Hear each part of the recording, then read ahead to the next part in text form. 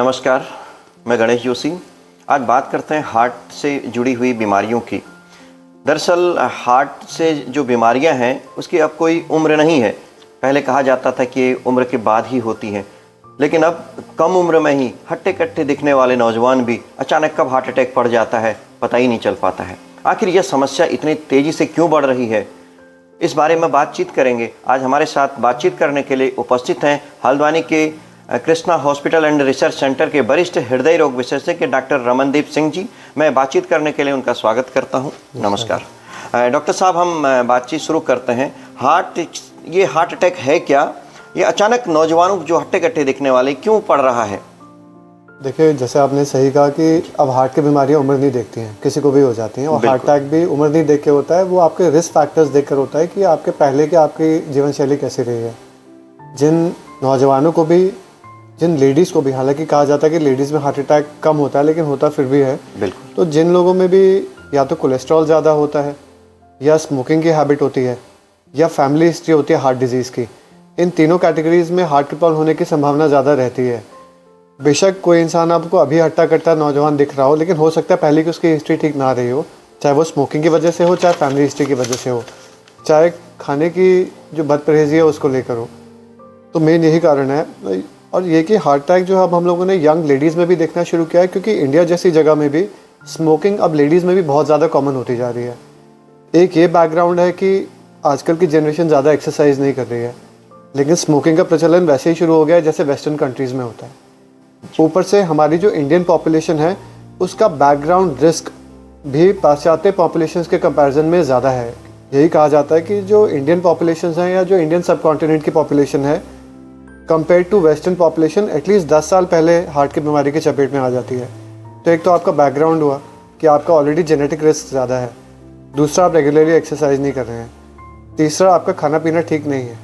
आप जो भी खा रहे हो उसमें तला ज़्यादा है, उसमें फास्ट फूड ज़्यादा है, फास्ट फूड में ट्राइग्लिसराइड ज़्यादा होते हैं जिससे हार्ट की प्रॉब्लम होने के चांसेस ज़्यादा रहते हैं। फास्ट फूड में या तली चीज़ों में ट्रांस फैट ज़्यादा होते हैं जिससे हार्ट की बीमारी होने के चांसेस रहते हैं। उसके ऊपर जो स्मोकिंग का जो नया प्रचलन शुरू हुआ है, तो उससे हार्ट की प्रॉब्लम इवन यंग लोगों में होने की संभावना काफ़ी ज़्यादा है। ये बिल्कुल सही बात है। बिल्कुल। जो हार्ट अटैक जब अचानक पड़ जाता है, या फिर क्या इससे पहले भी कोई उसके लक्षण दिखने लगते हैं?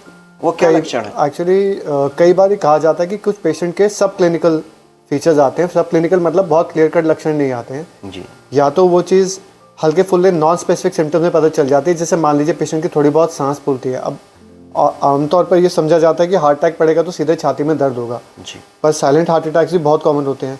दूसरा ये कि कुछ बेसलाइन ऐसे चेकअप्स हैं जिससे पता चल जाता है कि क्या पेशेंट को आगे चल के हार्ट की प्रॉब्लम होने की संभावना है या नहीं है। तो बेसिक इन्वेस्टिगेशंस जैसे आपका ब्लड टेस्ट में कोलेस्ट्रॉल हो गया, आपका ईसीजी हो गया, आपका ट्रेडमिल टेस्ट हो गया, और कुछ गिने चुने केसेस में, सिलेक्टेड केसेस में आप कुछ पेशेंट्स का सीटी एंजियो या सीटी कैल्शियम स्कोरिंग करा के आप देख सकते हैं कि आगे चल के हार्ट की बीमारी का रिस्क कितना है कितना नहीं है। ये किन लोगों को करना चाहिए? बिल्कुल, जिन पेशेंट्स का एक बेसलाइन रिस्क ज़्यादा हो। फॉर एग्जांपल, अगर मैं आपको एग्जांपल देता हूँ, कोई पेशेंट है जिसके फादर को हार्ट की दिक्कत जल्दी हो गई है, उस इंडिविजुअल का खुद का कोलेस्ट्रॉल बढ़ा रहता है लेकिन उस इंडिविजुअल के बहुत क्लियर कट सिम्टम्स नहीं आते हैं, तो उस पेशेंट का आप ब्लड टेस्ट कर सकते हैं, ईसीजी करा सकते हैं, टीएमटी कर सकते हैं। और जैसे मैंने कहा कि गिने चुने केसेस में आप ऐसे पेशेंट्स का सीटी हार्ट का या सीटी एंजियो जिसे हम लोग बोलते हैं वो करा के एक फ्यूचर रिस्क आप देख सकते हैं। पर इसका मतलब ये नहीं कि हर किसी को उठा के अपना सीटी या ये सब टीएमटी करना शुरू करना चाहिए। आजकल पॉपुलेशन में ये भी बहुत बड़ा मिसकंसेप्शन है कि अगर आपका सीटी कॉर्नरी या सीटी एंजियो अगर आपका नॉर्मल आ गया तो आपको पूरी गारंटी है कि आपको आगे चल के हार्ट की दिक्कत नहीं होगी। ये बहुत ही बड़ा मिसकंसेप्शन है हम लोगों में। अगर आप सेलेक्टेड पेशेंट में अगर भी जांच करते हैं तो उससे आपको आइडिया लग सकता है कि भविष्य का पेशेंट का खतरा हार्ट की बीमारी का कितना है और क्या हम एहतियात बरत सकते हैं ताकि आगे चल के हार्ट की दिक्कत की संभावना कम हो जाए। इसका मतलब ये है कि जो जांच के भरोसे रहते हैं या सीधे अपने मन से जांच करा लेते हैं, ऐसा नहीं, डॉक्टर से पहले परामर्श लेना चाहिए, कार्डियोलॉजिस्ट से, उनके परामर्श के अनुसार ही। बिल्कुल, देखिए हर जांच हर पेशेंट के लिए नहीं बनी है। बिल्कुल।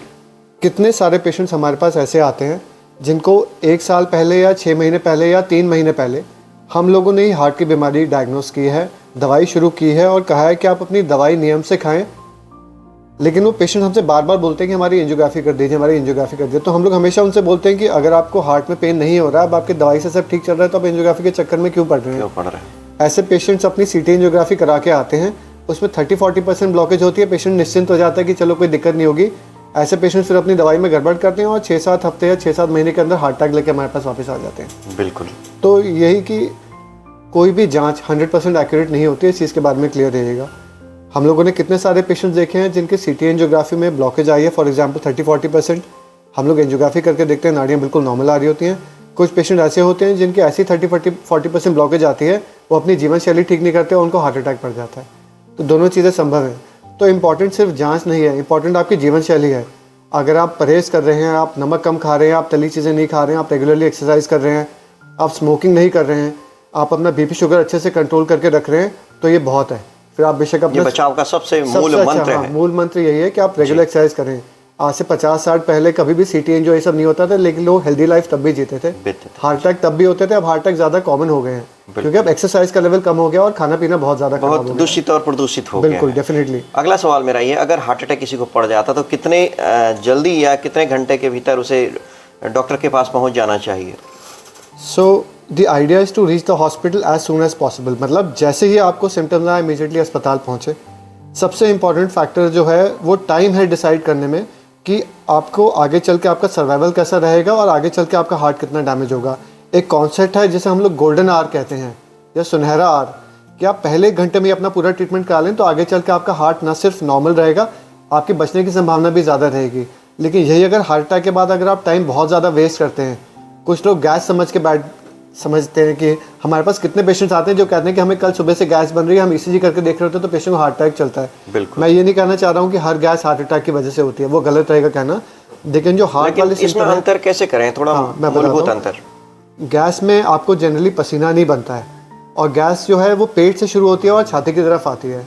हार्ट के जो सिम्टम्स होते हैं वो जनरली छाती से ही शुरू होते हैं, साथ में सांस फूलती है, पसीना आता है। हार्ट अटैक का दर्द, अगर हार्ट अटैक का पेन हो रहा है आपको, तो वो छाती से गले की तरफ जा सकता है, कंधों तक जा सकता है, कभी कभी पीठ तक भी जाता है। और जिन पेशेंट्स को निचली तरफ का हार्ट अटैक पड़ रहा होता है, जिसे हम लोग इन्फीरियर वॉल एमआई बोलते हैं, उसमें कई पेशेंट्स का सिम्टम पेट की तरफ जाता है, जिससे इंसान गैस समझ बैठता है। उसमें पेशेंट को छाती दर्द के साथ वॉमिटिंग भी होती है, पसीना आता है और जनरली सांस फूलती है। अब अगर कोई 12 साल का लड़का है जिसको ये सिम्टम्स आ रहे हैं तो डेफिनेटली आप नहीं मानेंगे कि उसको हार्ट अटैक पड़ा है। बिल्कुल। क्योंकि 12 साल की एज में जनरली हार्ट अटैक नहीं होता, हालांकि हम लोगों ने फिर भी यंग लोगों में, बच्चों में हार्ट अटैक्स देखे हैं, पर ये बड़ा अनकॉमन होता है। ऑन दी अदर हैंड, अगर यही सिम्टम्स समझिए किसी 50 साल के व्यक्ति में आ रहे हैं जो स्मोकिंग करता है, जिसको डायबिटीज़ है, तो पहले आपको हार्ट का सोचना है, आपको गैस का बाद में सोचना है। तो हार्ट अटैक और हार्ट बर्न दोनों बहुत ही कॉमन सिम्टम्स है। हार्ट बर्न होता है आपका गैस एसिडिटी की वजह से और हार्ट अटैक पड़ता है हार्ट की वजह से। होता है यही, चेस्ट में ही फील होता है। हार्ट अटैक का अच्छा इलाज क्या है? हार्ट अटैक का सबसे अच्छा इलाज है कि आप इमीडिएटली मेडिकल हेल्प सीख करें और मेडिकल हेल्प के अनुसार आपके ईसीजी के हिसाब से आपका ट्रीटमेंट किया जाए। और जनरली हार्ट अटैक में जो फर्स्ट ट्रीटमेंट ऑफ चॉइस होता है वो होता है आप तुरंत एंजियोग्राफी करें और हार्ट की नस खोल दें। सबसे अच्छा तरीका ये होता है। अगर आप किसी ऐसे सेंटर नहीं जा सकते हैं जहाँ पे एंजियोग्राफी एंजियोप्लास्टी करने की व्यवस्था ना हो, तो आप इमीडिएटली किसी भी नियरेस्ट हॉस्पिटल में जाइए और एक इंजेक्शन है जिसको हम लोग थ्रोम्बोलिटिक बोलते हैं। थ्रोम्बोलिटिक हार्ट की नस जो बंद होती है उसको खोलने में एटलीस्ट 50 to 60% ऑफ केसेस में सक्षम होता है। आप जितनी जल्दी जाते हैं वो इंजेक्शन उतना जल्दी असर करेगा। तो कॉन्सेप्ट वही है गोल्डन आवर का कि जितनी जल्दी ट्रीटमेंट कराए उतना अच्छा रहेगा। लेकिन अगर ऑलरेडी अगर 3-6 घंटे से ज़्यादा निकल चुके हैं तो थ्रोम्बोलिटिक की भी एफिकेसी कम हो जाती है। उस परिस्थिति में ट्रीटमेंट ऑफ चॉइस एंजियोग्राफी और एंजियोप्लास्टी ही है। जी, और बातचीत करने के लिए बहुत बहुत धन्यवाद। नमस्कार।